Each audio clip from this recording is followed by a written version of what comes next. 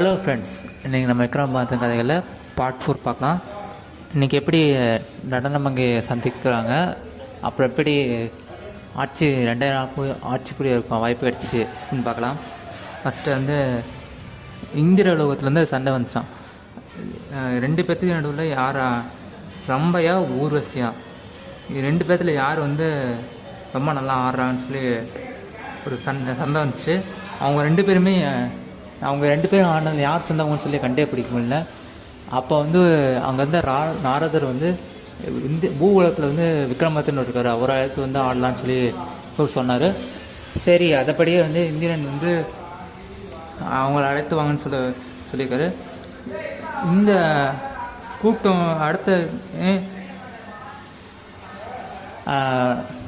இந்த விக்ரமாதித்தன் வந்தார். விக்ரமாதித்தன் வந்து போட்டிக்கு முன்னாடி ஒரு பூச்செண்டு எடுத்து வந்து அந்த பூச்செண்டுக்குள்ள நடுவில் 2 பூச்செண்டு உருவாக்குனார்.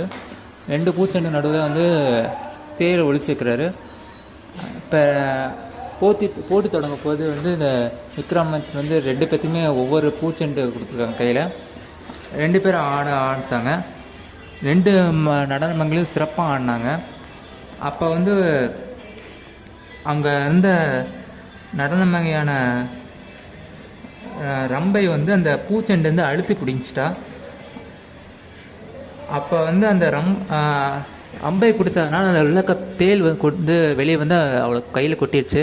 அதெல்லாம் பூச்செண்டை அங்கேருந்து கையிலேருந்து எரிஞ்சு தாளத்துக்கு ஆட முடியல. ஆனால் ஊர்வசி வந்து கையில் மென்மையாக கொடுத்தா, அதனால் வந்து அந்த தேல் கடைசிக்கு வரல. கடைசியில் வந்து விக்ரமாதித்தன் 2த்தையும் பார்த்துட்டு கடைசியில் ஊர்வசியை வந்து வெற்றியாளர்னு அறிவித்தார். அது எப்படின்னு கேட்டாங்க. ரம்பை வந்து அந்த கையில் பிடிச்சிருந்த இறுக்கிய ஆனதுனால வந்து அந்த தேல் வந்து கொட்டிடுச்சு. அதனால் வந்து தாளத்தை மறந்து தப்பாக ஆடினா. ஆனால் ஊர்வசி அப்படி இல்லை, மென்மையாக அதை கொடுத்தா. அது வந்து தாளத்துக்கு ஏற்பவும் நயனமாக ஆடினான்னு சொல்லி தீர்ப்பு சொன்னார்.